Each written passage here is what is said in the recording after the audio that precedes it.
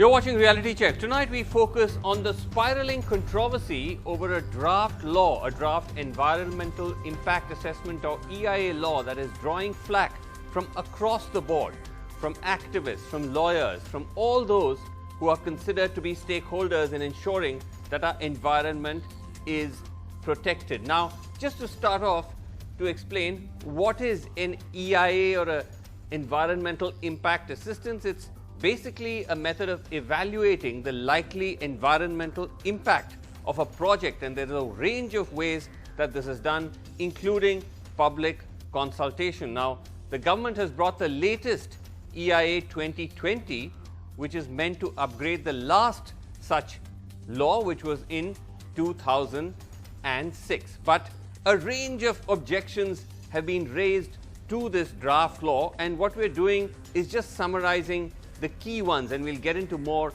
as we go along in the show. So, number one, the concern is that the projects that are operating without clearance can receive a clearance later, what is called ex post facto. That's one problem that those who've seen the law have with it. The other is that the violators can pay the penalty and continue operations.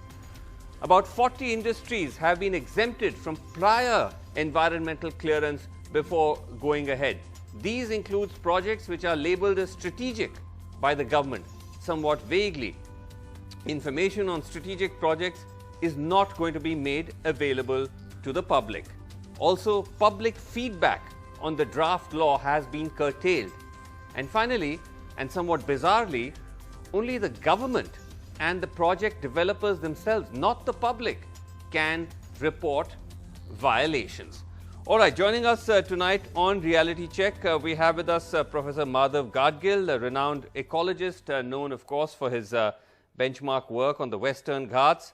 Also with us is Dr. D K Aggarwal, President, PhD, Chamber of Commerce and Industry.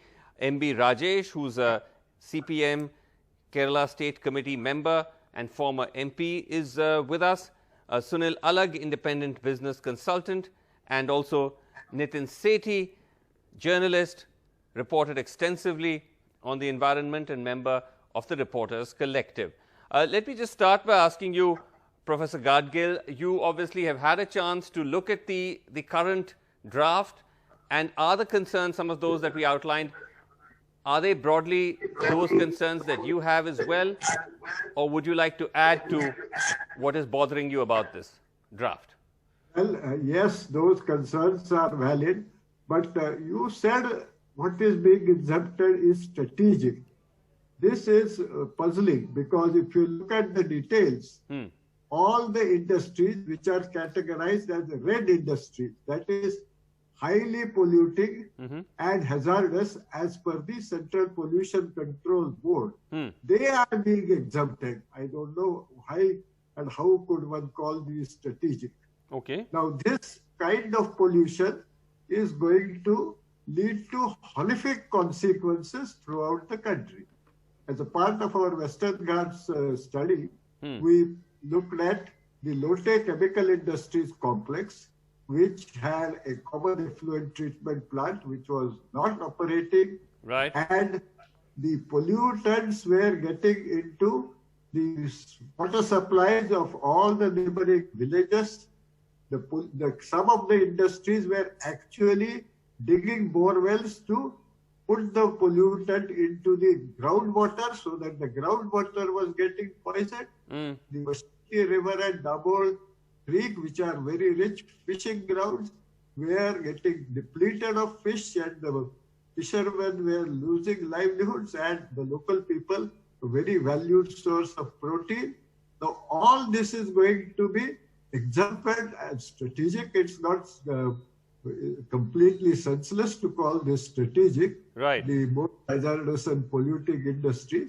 And if that happens, yes, then it will go rampant. The whole country will be completely polluted. And who will suffer? Currently, the protests are coming from basically English-speaking urban middle classes, and the protests are very valid. But real sufferers will be people in the country, in the countryside, the villagers who are getting their water poisoned. And they have no access to any of this information. Most of them don't know English. I have spent 35 years in Karnataka, so I know all the local languages. Yes. People are calling me from villages in Kerala and Tamil Nadu and asking me, what is this, sir? Please tell us. We have no idea. We don't know English and we don't know Hindi. And we have no information on what this EIA is. And they are going to be the real victims. Okay. So, they are not being informed. This is completely and utterly unacceptable. Okay. All right. Dr. D K Aggarwal of the PhD Chamber of Commerce and Industry, what tends to happen at these occasions is that the debate becomes very polarized.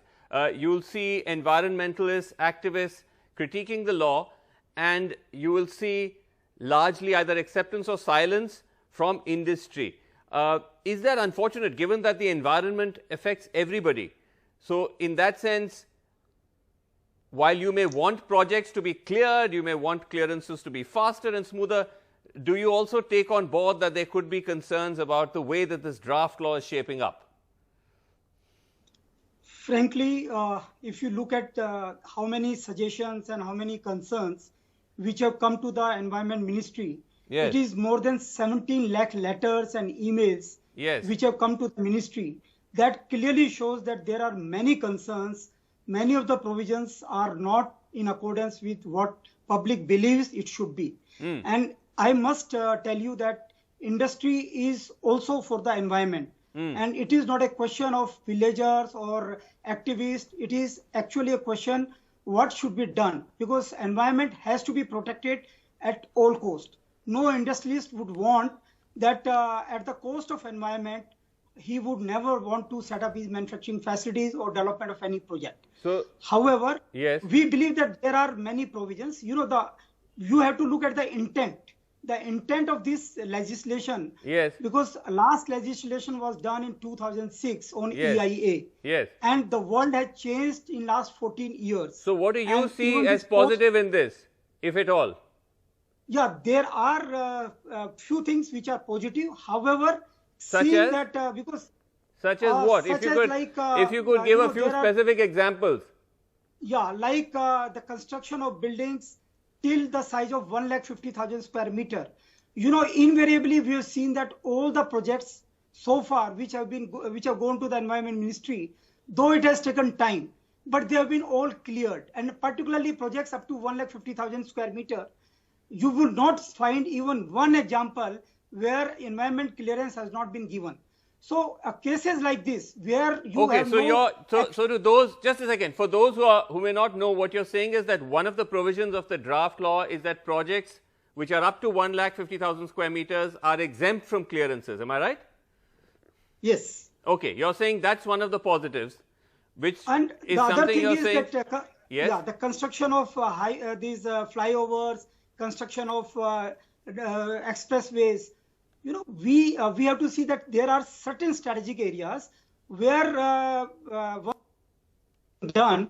Maybe they have done away with the public consultation. Okay. You know, the whole intent is the ease of doing business. But I must tell you that seeing that there are 17 lakh responses, suggestions, yes, yes, and there have been many concerns. Okay. I would tend to believe that there are many things. Even I believe that where you have done away with from 30 days, you have reduced the consultation to 20 days. Okay, you're saying you also have concerns. Fair enough.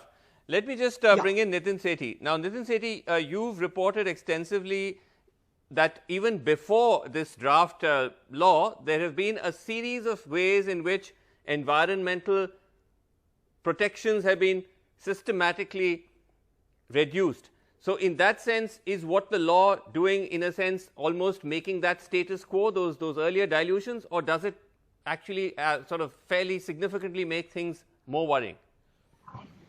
I think this is what the government has done in the last 6 years when it comes to environmental standards and laws and regulations. And this is a regulation, this is not a law, is to take small steps towards diluting it successively for separate different small sectors when, say, an industry is asked for it or industry bodies ask for it. But this, to my mind, is where a substantial leap of faith is being taken in the wrong direction. This is where you are looking at almost a subordinate legislation is what it's called, the rule overriding the law itself and the intent of the law. And I think that's why you see, while a lot of people have seen dilutions over the last 6 years, piecemeal project clearances, which are flagrantly in violation of regulations, ethics and laws. Why people are concerned at this stage is that you are in some sense rewriting, as Mr. Aggarwal rightly said, a law written back in the 97, but you are rewriting it with rules that the parliament will have no oversight over. The parliament will never get to debate this, and you are rewriting, as Dr. Gadgil rightly put, the entire environmental governance structure of the country just by executive orders in some sense. As we know that these public consultations with the court had to force into extending, it's also just a mere consultation. The government does not need to adhere or listen to that at the end of the day. Okay. MB Rajesh, from what I understand, the left government in Kerala has been quite vocal in their opposition to the law, if I'm not mistaken. Is that right, MB Rajesh? Because one of the things, because the question though is that, are you yourself, though you might be opposing the law, but are you yourself listening or practicing measures to protect the environment? Because, we have Professor Gadgil on the show, and he authored that report on the Western Ghats and the importance of preserving its ecosystem. But when one looks at the tragic havoc that the rains have once again caused in Kerala this time, it has raised that question about whether the government is seized of those concerns. Of course, the government of Kerala has been very serious about environmental protection, and the government has adopted several measures to ensure environmental regulations and protection. As far as Madhav Gadgil committee report is concerned, yes, we had some reservations against some of the proposals. However, we were in agreement with many of those recommendations. But would you say yes, that? But if you're saying you followed all the, if you are observant of the concerns and the rules and the environmental protection, how would you describe the havoc that the floods cause every time? Wouldn't you say there's an element of a man-made disaster? See, it's not merely a man-made disaster, but of course there are some concerns we need to address. See, this is a result of several years of a development model that has been practicing throughout the country, including Kerala. Right. Yes, it's a different issue, but let me come to this particular EIA 2020. Yes. The CPIM has already submitted a detailed note to the government of India, and we have expressed our disagreements in detail on this EIA 2020. If you allow me, I will quickly make 6 or 7 points. No, sir. MB Rajesh, sorry. With all respect, 6 or 7 points becomes very difficult. You understand, time is short and we have many panelists. But broadly, is it safe to say that your concerns are similar to the ones that have been voiced by most people? I'm taking that as broadly along those similar lines. But I do want to I'll come back to you, MB Rajesh. But coming to Sunil Alagh, look, the fact is that one can understand that the government, any government, would want there to be an ease of business, especially right now the economy is struggling. But should it be at the cost of the environment? Already we have some data from the sort of Environment Ministry website that close to over 2,000 projects have got environmental clearances under this government already, even without this diluted EIA. And the government flaunts that as saying, look, we are really trying to put projects on track. But now with this EIA, the worry is that you're even further in the balance between environment and projects. You're tilting it more and more away from environment? You know, you are talking to a convert right now. Over the years, I've been for industry all along. But what I've learned in the last few years, and that's very important for everybody to understand, is that the economy is a wholly owned subsidiary of the environment. We can never forget that, because the pandemic and the climate change has brought home certain points which didn't exist earlier. So therefore, it was all right to create all the dams, create all the stuff that we were giving all the environment clearances. And therefore, it is important not to swing one way and stop all progress. The economy is important, but it's important for us to get together now and rise above party levels now, because look, the rules were there. Why were the rules flouted? There's just Parliament can keep on passing rules. Now what has happened is, in the new one, you've actually opened all the doors. You know, a typical bureaucrat will put down, well, if you cross 1,25,000 square meters, if you do X, if you do Y, you are actually opening the floodgates for nobody, not even the courts can stop it if this sort of a law is passed. So therefore, it's very important for us to understand that, look, we have ways of creating jobs. That's important. You can actually go in for labor intensive in all the catchment areas, employ everybody. There is many ways, and I think the Prime Minister today is, I'm not getting into party line, he's open, give him all the suggestions, because that man understands. I'm not saying that everybody in the party understands or everybody in Congress understood. So all of them have done mistakes, but today, let me give a one quick one. But you know, like a liver. One second, very quick one. Maya's my doctor, Maya's a doctor, and she told me that a liver will regenerate itself if you don't damage it beyond 75%. We are getting very close to that, and this is the time to stop and take a relook and rethink and then go in for it. That's all I'm going to say. Sunil Alagh, I have to confess, you caught me by surprise there. I didn't see that coming from you. But on the point of listening in, though, on the point of the fact that you're saying this government is listening in, one of the complaints has been that actually the window for public opinion or for public feedback has been narrowed and reduced. And that's actually one of the complaints about this, even though we've got 17 lakh, feedback, as we just heard there from Dr. Aggarwal, a record number of responses. But Madhav Gadgil, yes. Vasu, it's a draft at the moment, and it's about time we moved in and said, look, listen to us. Don't let it become law as yet. From what I understand, I thought that the feedback window is now closed, but I'll just come to that in a second. But Professor Gadgil, now the fact is that one also needs industry, one needs jobs and the revenue that they generate.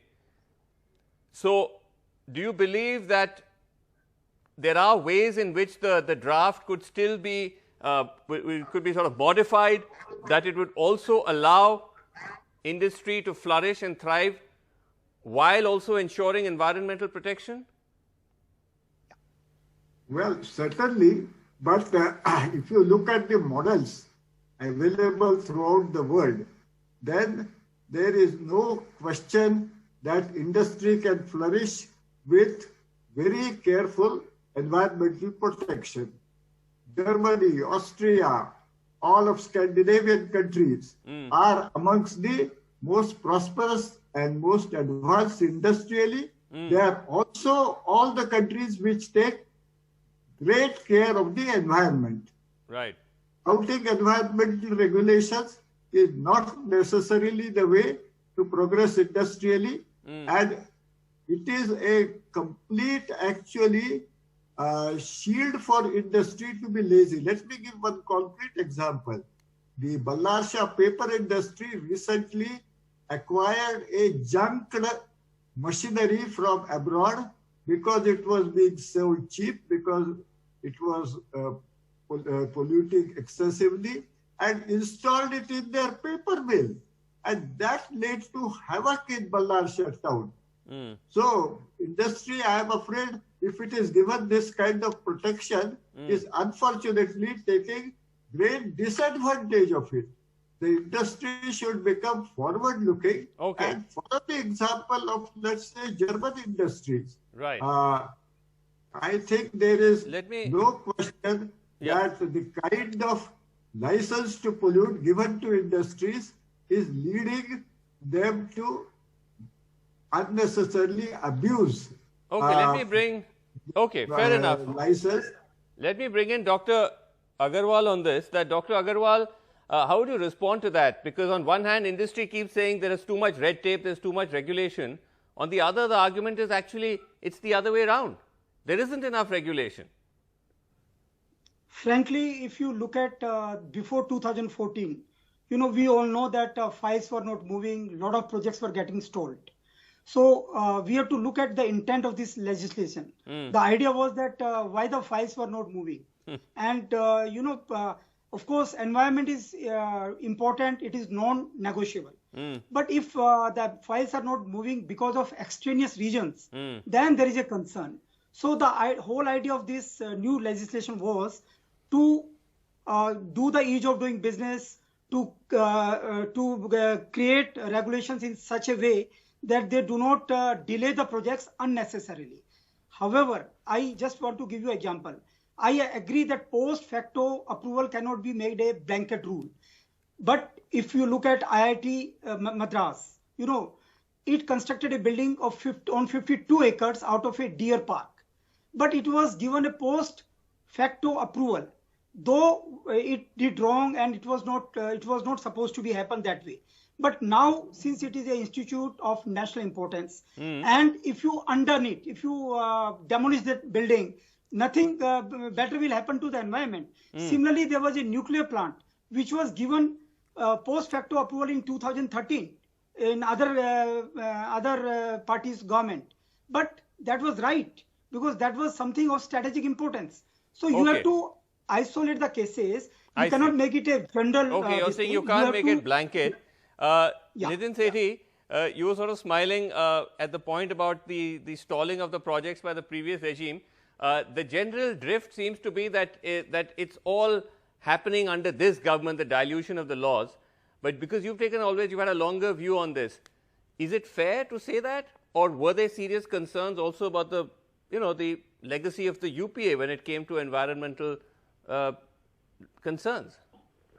So I'll, instead of anecdotes and citing my own experience, I'll cite data. In the 10 years or 8 years of UPA regime, there was 97% or more of all the projects that came before it eventually got cleared. In this 97%. Government, in the last 6 years, more than 98% of the projects that have come before the government have eventually got cleared. Now, if the industry is complaining, as Mr. Aggarwal was, about problems, I can, if you read between his lines something, obviously as an industrialist he cannot say, so let me say it on his behalf. What happens is the files get delayed. They got delayed in the UP regime, they get delayed now as well. What industry is asking for is removal of that discretion that the bureaucracy had, which would delay the process, which will lead to rent seeking and corruption. Eventually, it will get the clearance anyway. Now, this has been happening in the last 6 years. If you go to the National Green Tribunal, you'll see enough cases where evidence of this is being produced even for the last 6 years, up to date. Now, in this, there was a need for a reform because this licensing system, if you want to call it that, was neither helping the environment nor the industry. What instead in that process the government is attempting to do is reduce the discretion that the experts have, reduce or diminish any supervision that the society at large and citizens have, and increase the political discretion that's available to it to clear or not clear projects. To my mind, that is the most perverse way of looking at reform. I don't think it will help good industry. I don't think it will help small players who want to set up good businesses because they will not have the influence to go all the way up into the political system. Right. This will help large projects get away with less monitoring, less transparency, and it will allow the government greater discretion at the political level rather than at the technical level. Right.